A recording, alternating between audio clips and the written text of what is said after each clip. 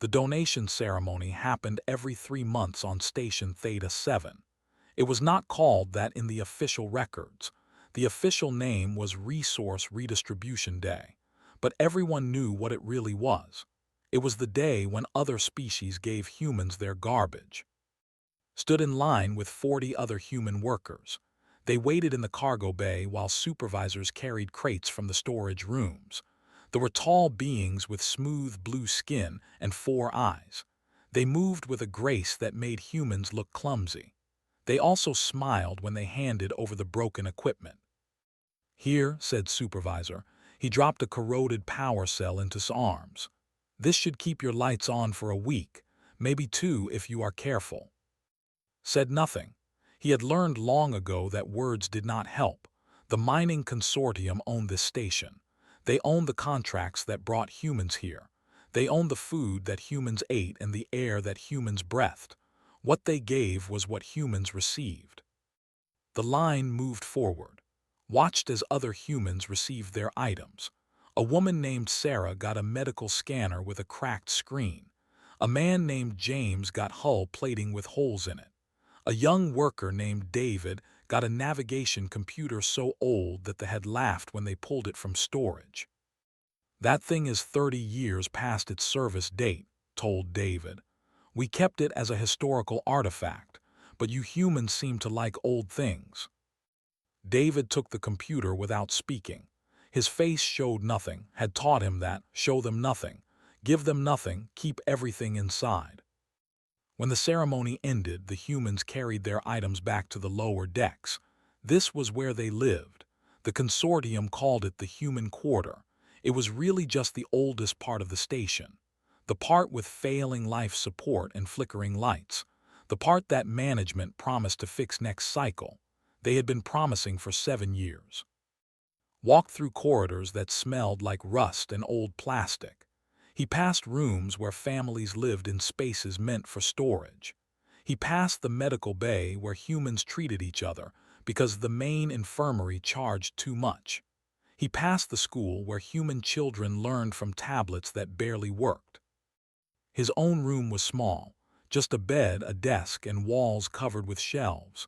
The shelves held everything he had collected over 8 years on the station. Broken circuits, dead batteries, twisted metal, cracked screens, things that other species threw away. He placed the corroded power cell on his desk. He looked at it for a long time. Then he began to take it apart. This was what did every night. While others slept, he worked. He opened things and studied them. He learned how they were built. He learned why they failed. And slowly, piece by piece, he learned how to make them work again. The power cell was typical design. Beautiful on the outside, elegant in its engineering, but wasteful in ways that humans could not afford to be. The corrosion had damaged only 20% of the internal systems. The rest was still good. Good enough anyway. Pulled out his tools. These were also made from garbage. Screwdrivers shaped from broken sensor rods. Pliers built from discarded clamps. A soldering iron that he had assembled from 6 different heat sources. Each tool had a history. Each one had been something else before found it. He worked through the night. By morning, the power cell was clean. He had replaced the corroded sections with parts from 3 other dead cells. He had rewired the output circuits to be more efficient. He had added a regulator that he had built himself. The cell would not work like a new cell. It would work better. Weeks passed. The donations kept coming. Collected everything he could. He traded favors with other humans for their unwanted items. He made deals with the cleaning crews who had access to disposal areas. Everything came back to his room. Everything went onto his shelves. The other humans thought he was strange. Some called him the collector. Some called him the junk man. Some worried that he was losing his mind. Did not care what they called him. He had a plan. He had been building toward it for 8 years. On a quiet night, he began assembling his greatest project. The navigation computer that David had received became the brain. The power cells became the heart. Hull plating became the shell. Circuit boards from 100 broken devices became the nervous system, everything connected to everything else. It took him 3 months of sleepless nights. When it was done, had built a fusion reactor, a small one, clean and quiet, made entirely from things that other species had thrown away. The day he turned it on, the lights in the human quarter stopped flickering. For the first time in years, the air filters ran at full power. The temperature stabilized. Children laughed in the corridors because they could see clearly for once. 2 weeks later, a meteor struck the station. It was not a large one, but it hit the primary power coupling. Emergency systems failed within an hour. Backup generators lasted another 2 hours. Then the main sections of the station went dark. Commodore, the station's overseer, received reports from all departments. Engineering was offline. Medical was offline. Communications were failing. The nearest repair fleet was 8 days away. In 8 days, everyone would be dead. Then he received a strange report. The human quarter had power. Went to see for himself. He walked through dark corridors with his four-armed body tensed for danger. He passed the sealed doors of the main sections where species waited in fear.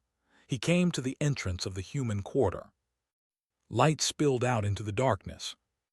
Inside, humans moved with purpose. Some ran cables from the human quarter to the emergency medical bay. Some carried equipment to the life support systems. Some worked on strange machines that had never seen before. At the center of it all sat. He was surrounded by tools and parts and screens showing power readings. His hands moved constantly, adjusting and connecting and monitoring. He looked up when entered. "How is this possible?" demanded. His voice was harsh with confusion. "Your section should be dark. You have no independent power systems." Gestured at the machinery around him. "We built one." "From what? You have nothing but old equipment, broken things, garbage." Looked at the Commodore with tired eyes. 8 years of exhaustion showed in his face. 8 years of patience. 8 years of waiting for this moment. "You gave us junk," he said quietly, "but you never asked what we would do with it." Stared at him. For the first time, he really looked at the human engineer. He saw the intelligence in those eyes. He saw the determination. He saw something that he had never noticed before in any human. He saw potential. "Show me," said, "show me how this works." And the junk man, the collector, the quiet engineer from the lower decks, began to explain what humans could build from nothing. Word spread faster than light through the communication networks of the galaxy. The story changed with each telling.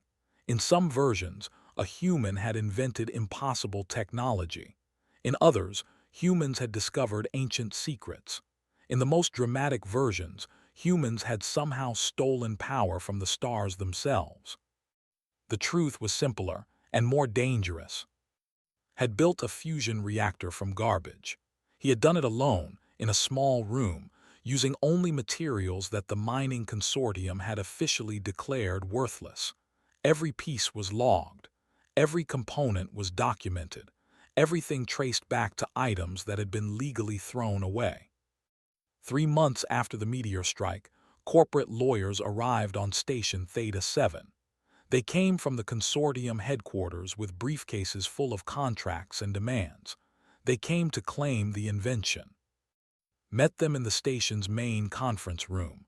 He brought nothing but a small data pad. He wore his work clothes, still stained with oil from his morning tasks. He looked completely unprepared.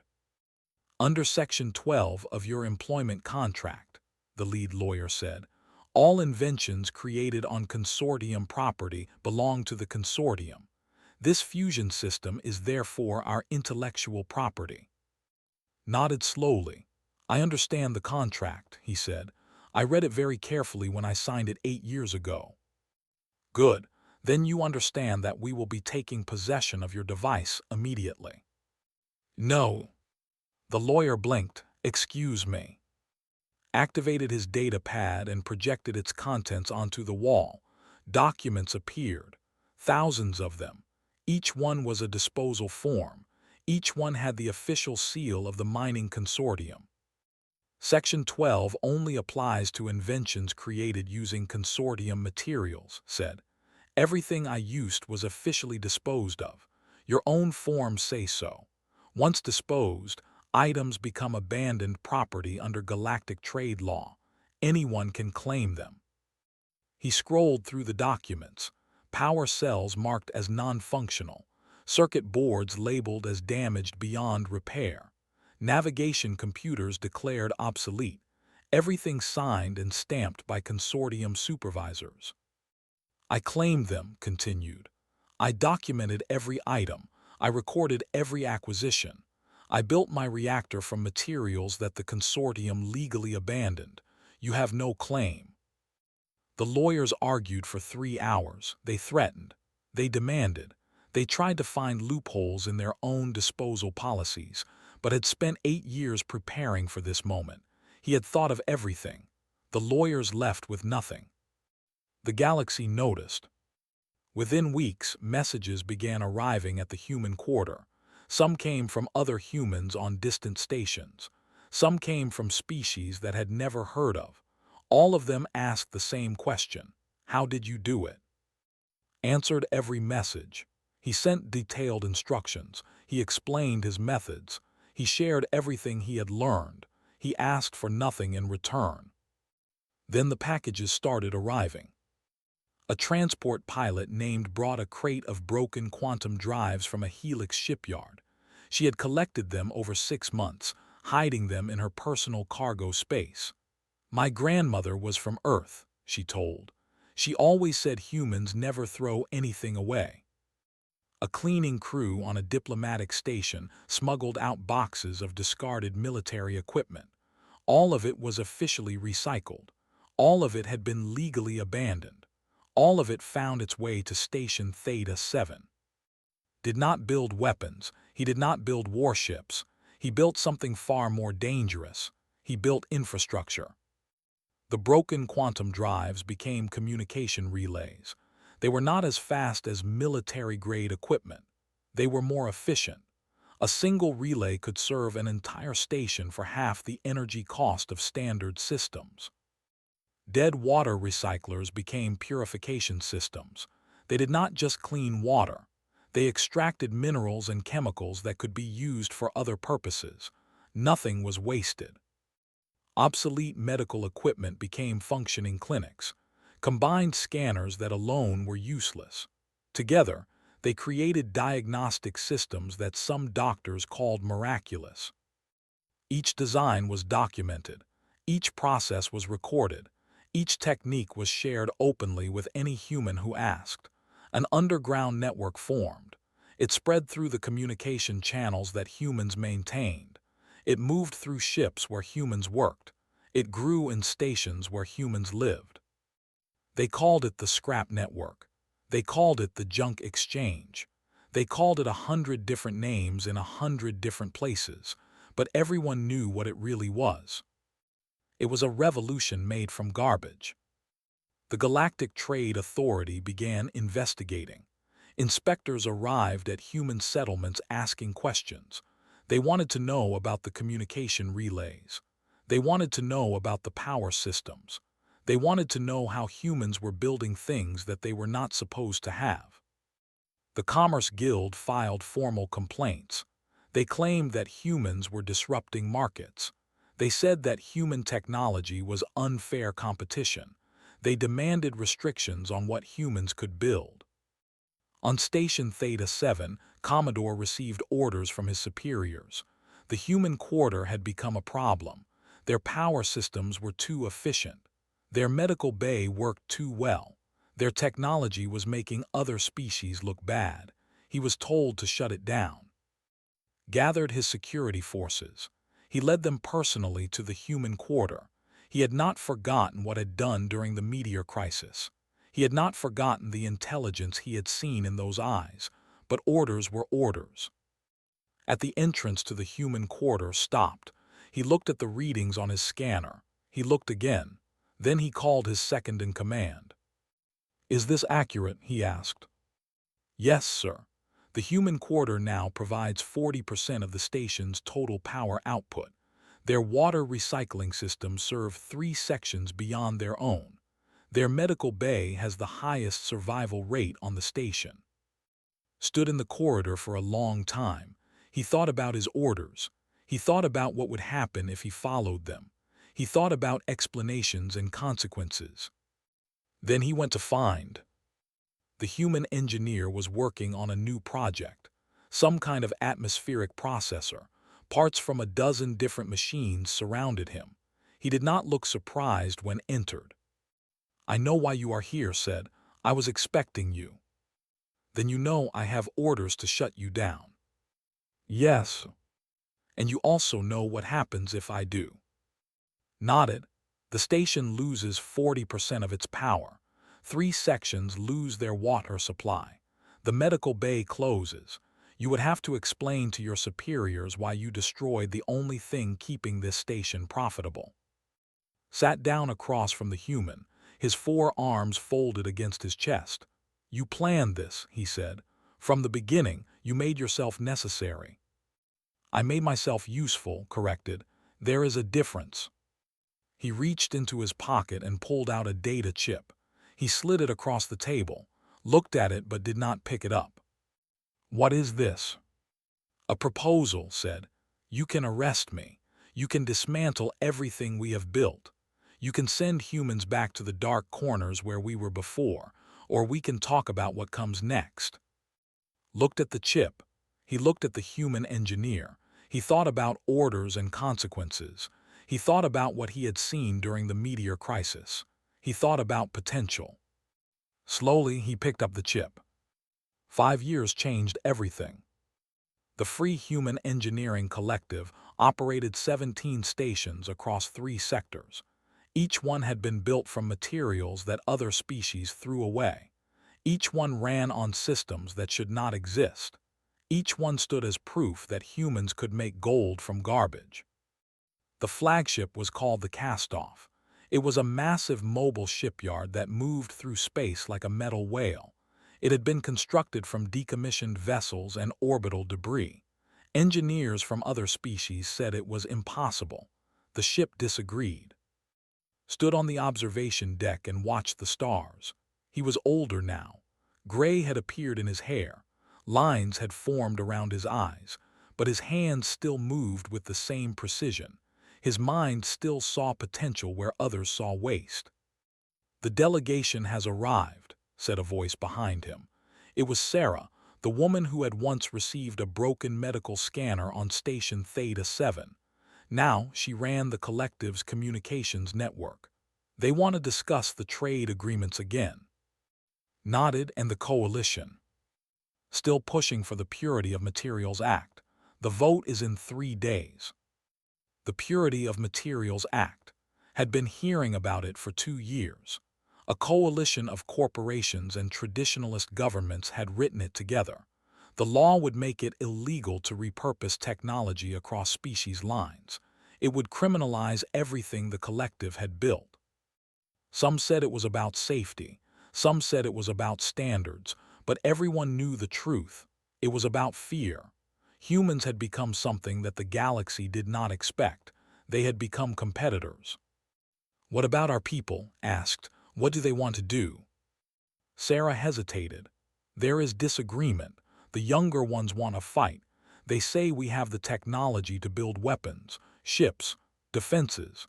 They say we should not let ourselves be legislated out of existence." "And the others?" "Some want to negotiate, accept corporate buyouts, integrate into the existing system. Others want to run, find a distant system, build in peace." Turned away from the stars. "None of those options are acceptable." "Then what do we do?" He walked past her toward the main corridor. "Call a meeting. Everyone, I have an idea." The meeting happened in the great hall of the Castoff. It was a vast space that had once been the cargo bay of a Helix destroyer. Now it held thousands of humans from across the collective. They sat on seats made from recycled hull plating. They watched screens built from discarded display panels. They waited to hear what would say. He stood before them without notes. He looked at faces he had known for years. He saw hope. He saw fear.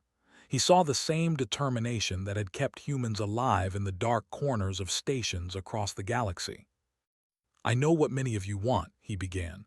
"Some want to fight, some want to hide, some want to surrender." He paused. "I want to give everything away." Silence, then whispers, then confused voices asking questions all at once.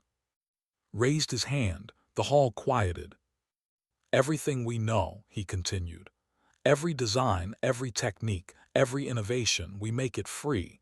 We give it to anyone who wants it, human or not." A young engineer named stood up. "They will use it against us. The corporations will take our designs and build their own versions. They will cut us out." "Yes," agreed, "they will try." "Then why?" Walked forward into the crowd. He moved between rows of his people. He spoke as he walked. "Because the corporations are not our real audience. Think about who else exists in this galaxy. Think about the poor, the outcasts, the forgotten species who have been crushed under the same boots that press down on us. They cannot afford technology. They cannot buy helix systems, but they have garbage. Everyone has garbage." He stopped in the center of the hall. "We give them our knowledge. We teach them what we learned. We show them that value exists in things that others throw away. And then we are not alone anymore. We are not 17 stations against the galaxy. We are everyone who has ever been told that they do not matter." The whispers returned, but they were different now, could hear the change in them. Sarah stood. "The Purity Act will still pass. The corporations have the votes." "Maybe," said, "but laws require enforcement, and enforcement requires cooperation. How many species will enforce a law that benefits only the powerful? How many governments will prosecute their own poor for learning to survive?" The meeting lasted for hours. Arguments were made. Concerns were raised. But in the end, the vote was nearly unanimous. The Free Human Engineering Collective would open source everything. They called it the Liberation Archive. Within days, it was spreading across the galaxy. The response was immediate and overwhelming. Downloads came from every sector. Requests for instruction came from species that humans had never met. Small groups began building their own systems. Failed colonies found new hope. Abandoned stations came back to life. And the support for the Purity Act began to crumble. The mining clans broke first. Their workers had been using human medical technology for 2 years. It had saved hundreds of lives. They could not vote for a law that would take it away. The artisan class came next. They had been suppressed by their own merchant guilds for generations. Human techniques offered them a way to create without corporate approval. They publicly endorsed the Liberation Archive. Even some corporations defected. They looked at the numbers. They saw that fighting against free technology was a losing proposition. They saw that adaptation was better than extinction. 3 days before the vote, the coalition, the Purity Act, they said it needed more study. Everyone knew the truth. They had lost. On the cast-off, there was celebration. Humans danced in corridors built from garbage. They sang songs in spaces that should not exist. They embraced each other and cried and laughed and felt something they had not felt in a very long time. Hope did not join the celebration. He stood on the observation deck watching the stars. Below him, a delegation of youth was touring the recycling bays. They were students from an engineering academy. They had come to learn from humans. One of them found her way to the observation deck. She was young, with the smooth blue skin and 4 eyes of her kind, but she looked at with curiosity instead of contempt. "You are," she said, "the one who started this." "I am one of many who started this," he corrected. "Humans have been fixing things for a very long time. I just showed the galaxy what we could do." The young looked out at the stars. "My teachers do not understand it," she said. "They ask why humans care so much about broken things. Why you spend so much energy on objects that others throw away? Considered the question for a long moment. He thought about Station Theta 7. He thought about the dark corridors and the flickering lights. He thought about the donation ceremonies and the smiles on faces as they handed over garbage. "We were broken once," he said finally. "Every human alive carries the memory of what it meant to be small, to be dismissed, to be told that we did not matter. We know what it is like to be thrown away." He gestured at the vast ship around them, at the walls made from discarded hulls, at the lights powered by rebuilt reactors, at the air cleaned by systems that no one had believed possible. "So we learned to see the worth in things that others could not," he continued. "Maybe that is our gift, maybe it is our curse." He smiled slightly. "Either way, we are not done building yet." The young nodded slowly. She looked at the observation deck around her. She looked at the engineering genius hidden in every recycled panel and rebuilt circuit. She looked at the future that humans had built from the past that others discarded. "Can you teach me?" she asked. "Can you teach me to see what you see?" Turned from the stars, he looked at the young student with her 4 eyes full of curiosity. He saw potential, not the same potential that Commodore had once seen in him. Something new, something larger. "Come," he said. "Let me show you the recycling bays. Everything we build starts there." They walked together through the corridors of the cast-off. Human and teacher and student. 2 species that history had placed in different boxes now walking the same path. Behind them, through the observation windows, the galaxy turned slowly in the darkness. Somewhere out there, other species were reading the Liberation Archive. Somewhere out there, other outcasts were learning to build. Somewhere out there, garbage was becoming gold. Humans had changed space, not through weapons, not through war, but through the simple, powerful belief that nothing is truly worthless, that everything can be transformed, that the things we throw away can become the foundation of something new. They gave the human scrap. He changed everything. The end.